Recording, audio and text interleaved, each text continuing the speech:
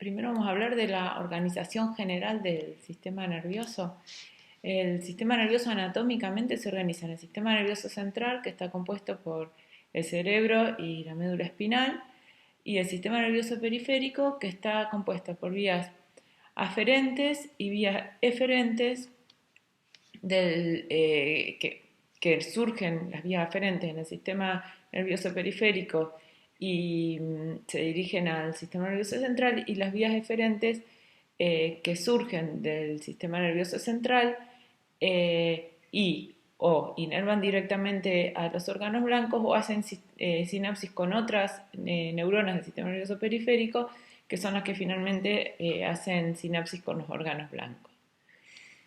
Dentro del sistema nervioso periférico, entonces, como dije recién, están las vías aferentes, que sensan estímulos, digamos, provenientes del medio externo y del medio interno,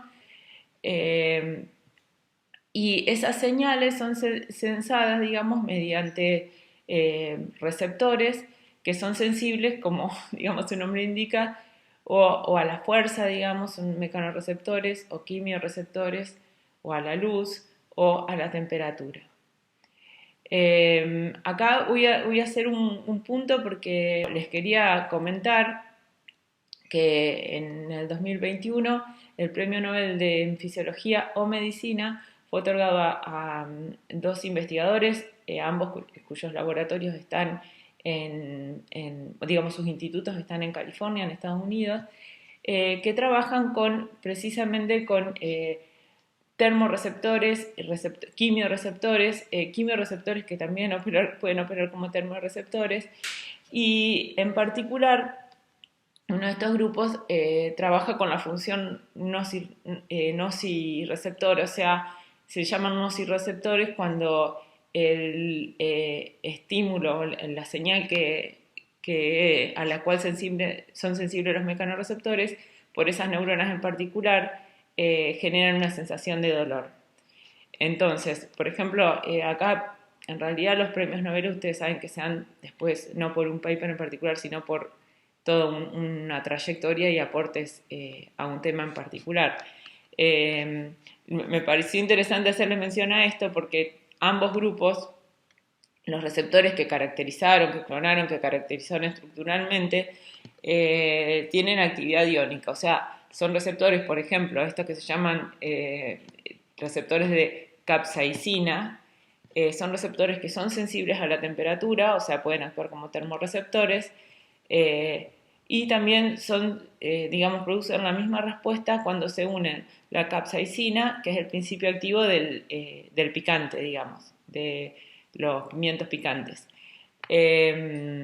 Entonces, cuando se une, o cuando sensa aumento de temperatura, cuando se une a la capsaicina, estos receptores que se llaman TRP, transient receptor, sí, receptores de voltaje que generan voltaje transiente serían, se abren, digamos, aumentan su permeabilidad y generan flujos hacia adentro de la célula de cationes, flujos catiónicos, con lo cual se generan potenciales de despolarización que pueden generar potenciales de acción.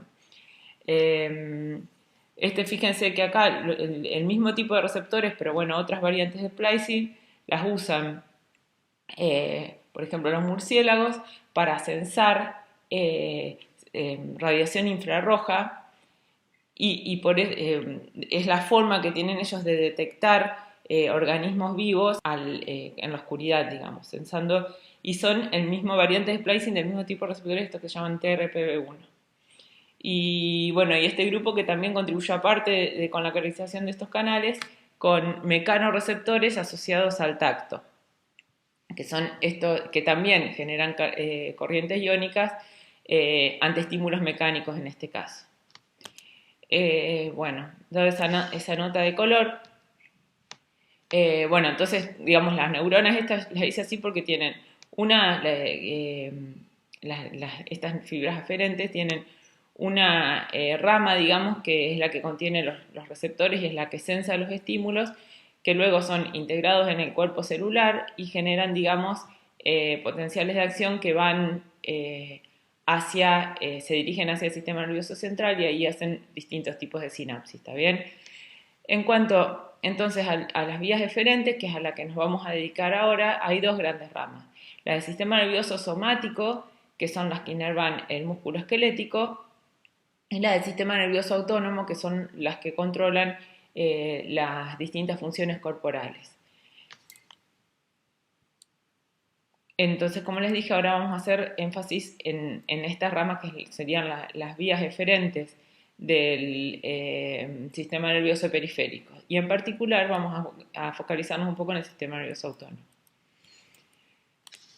El sistema nervioso autónomo es controlado por centros autónomos, digamos, centros serían grupos neuronales que están presentes en el hipotálamo, en la protuberancia y en el bulbo raquídeo.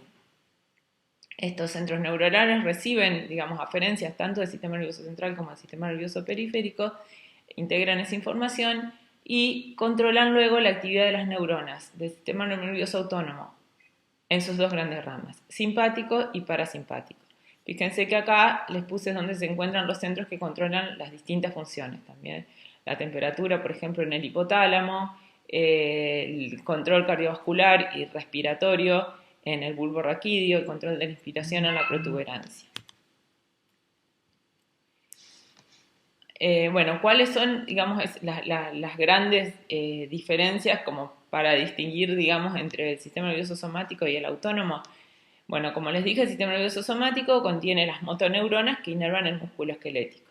Las motoneuronas que inervan el músculo esquelético son neuronas mielinizadas cuyo cuerpo está en el sistema nervioso central y hacen sinapsis directamente en el músculo esquelético.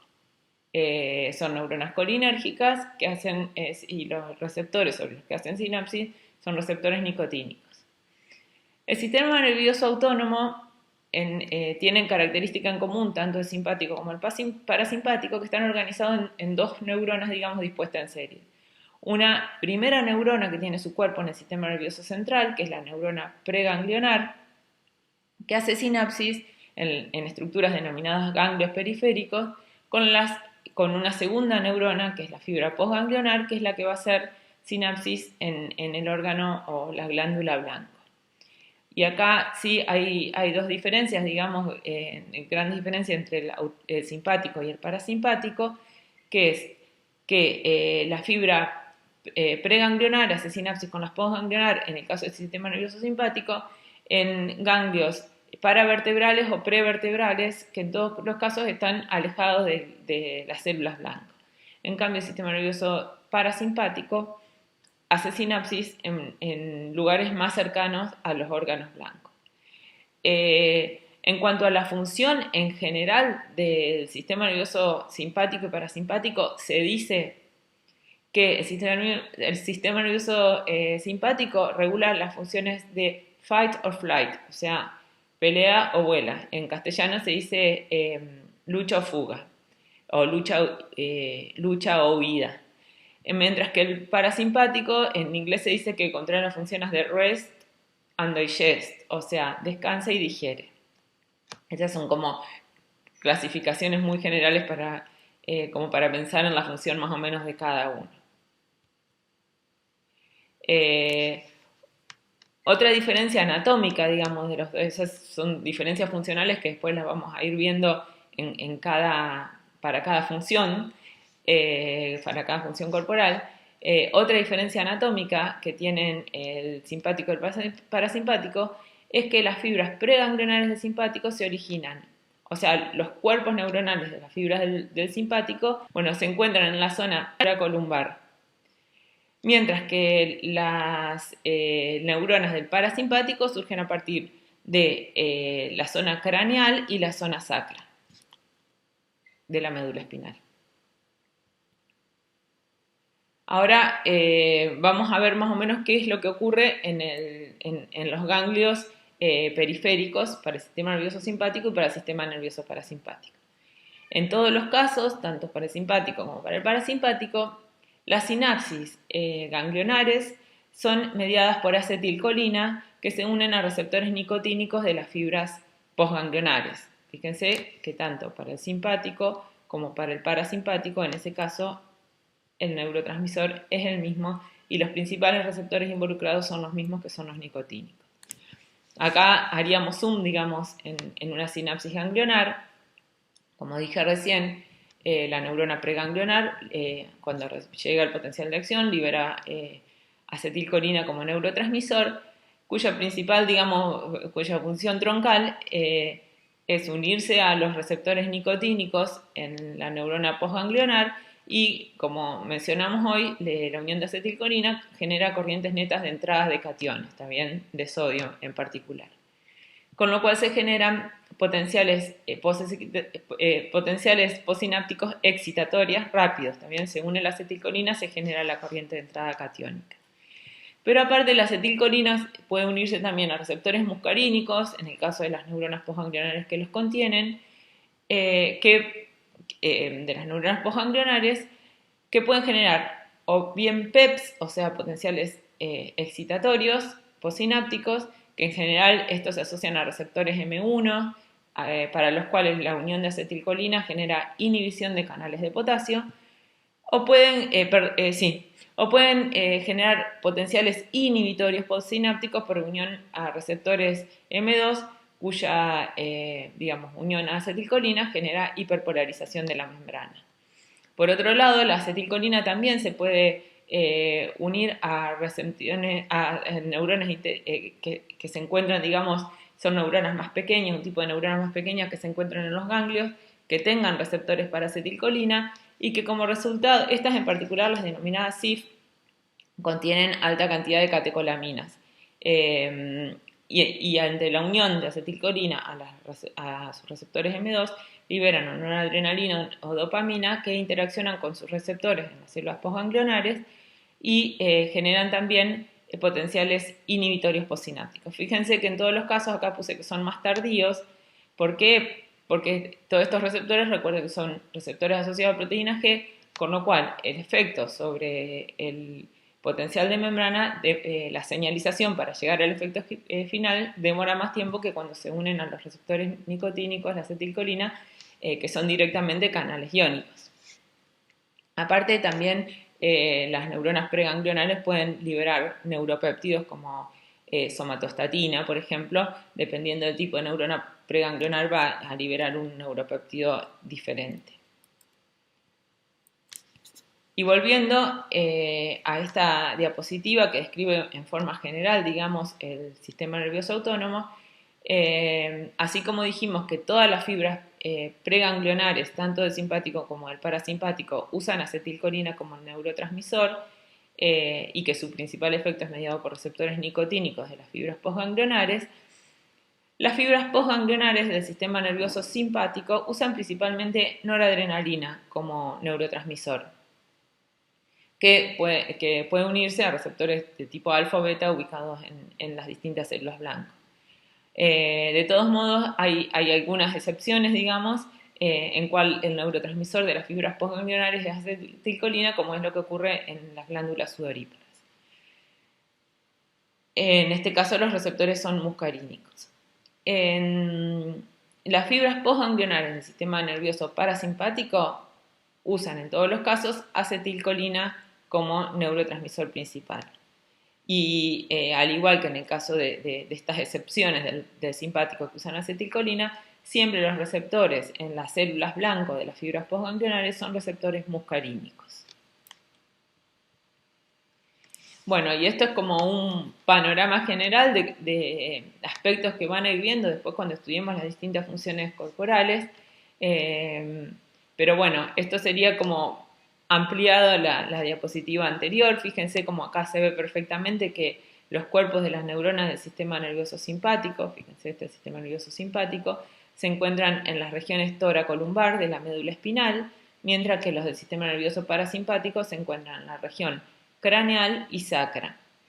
Por otro lado, fíjense lo que les decía, los ganglios periféricos donde hacen sinapsis las neuronas del simpático están ubicados en la cadena paravertebral de ganglios o en ganglios prevertebrales que de todos modos están ubicados con cierta distancia a los órganos blancos.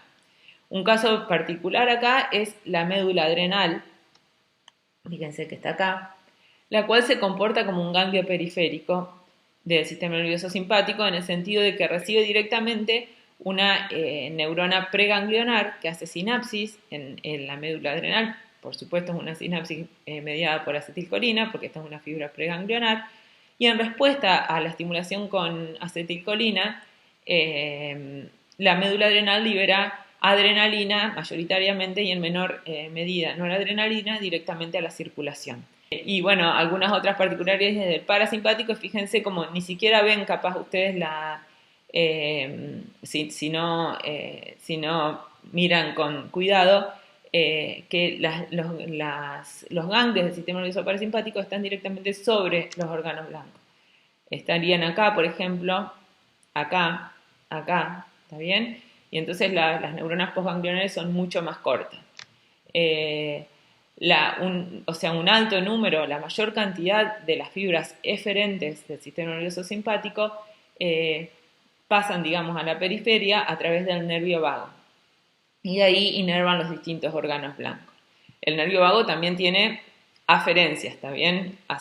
Lleva también fibras desde el periférico hacia el sistema nervioso central. Pero les quería hacer notar eso, como el nervio vago lleva la mayoría de las fibras preganglionares del sistema nervioso parasimpático que salen de la médula espinal a nivel craneal. Bueno, en cuanto a la bibliografía, vieron que en los distintos gráficos yo les puse o de dónde los saqué o de dónde los adapté, fundamentalmente el Verne Levy, el Linda Constanzo, de fisiología también es útil, es como muy esquemático, pero he detectado algunos errores, así que lo tienen que leer con atención. Es un tema muy extenso, bueno, el teórico quedó muy extenso, pero les aseguro que tuve que hacer foco en cuestiones particulares que por ahí son de más interés para ustedes.